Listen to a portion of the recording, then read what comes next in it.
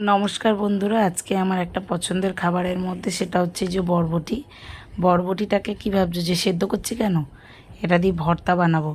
এত দারুণ টেস্ট হয় যে যারা খেয়েছো তারা তো জানোই, যারা খাওনি তাদেরকে বলবো একবার খেয়ে দেখো। প্রথমে নুন আর হলুদ দিয়ে বরবটিটাকে সেদ্ধ করে নিলাম। নেওয়ার পর ঠান্ডা করে একটু ঠান্ডা জল দিয়ে ধুয়ে নিয়েছিলাম যাতে তাড়াতাড়ি ঠান্ডা হয়। ঠান্ডা করে নিলাম। এর মধ্যে রসুনটা আমি একটু বেশিই দিয়েছি। দেখো অনেক কটাই রসুন, যত রসুন বেশি দেবে তত টেস্টটা বেশি হবে। লঙ্কা তোমাদের ইচ্ছা মতো দুটো তিনটে বেশি দিতে পারো, যত বেশি দেবে। যারা ঝাল খেতে ভালোবাসো ভালো লাগে, তবে এই জিনিসগুলো এই রান্নাগুলো ঝালই ভালো লাগে।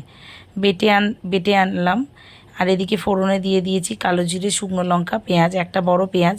পেঁয়াজ বেশি না দিলেও চলে, একটা পেঁয়াজ দিলেই চলে, বেশি পেঁয়াজ দিলে মিষ্টি হয়ে যাবে। এদিকে দিয়ে দিয়েছি হলুদ, নুন আর লঙ্কা গুঁড়ো দিয়ে ভালো করে নাড়াচাড়া করব। পেঁয়াজটা খুব বেশি ভাজবো না, মোটামুটি নেড়ে চেড়ে যেই বাটাটা নিয়ে এসেছিলাম বরবটি, রসুন, লঙ্কা বাটা, সেটাকে দিয়ে ঘন ঘন নাড়তে হবে। প্রথমে কিছুক্ষণ না নাড়লেও চলবে, তারপরে ঠিক 3-4 মিনিট হয়ে যাবে, একটু কড়াই লেগে লেগে যাবে, তখন থেকে খুব ভালো করে নাড়তে হবে, ঘন ঘন নাড়তে হবে, নাহলে কড়াই লেগে যাবে। তো এই যে দেখো কড়ার মধ্যে লেগে লেগে যাচ্ছে, এই জন্য ঘন ঘন নাড়ছি। অনেকবার নাড়তে হবে, বেশ 5 মিনিটের মতন ধরে নাড়তে হবে। দেখো নেড়েছি, আবার নেড়েছি, যতক্ষণ না এর একটা গন্ধ, একটা একদম অন্য টাইপের একটা খুব সুন্দর গন্ধ বের হয়।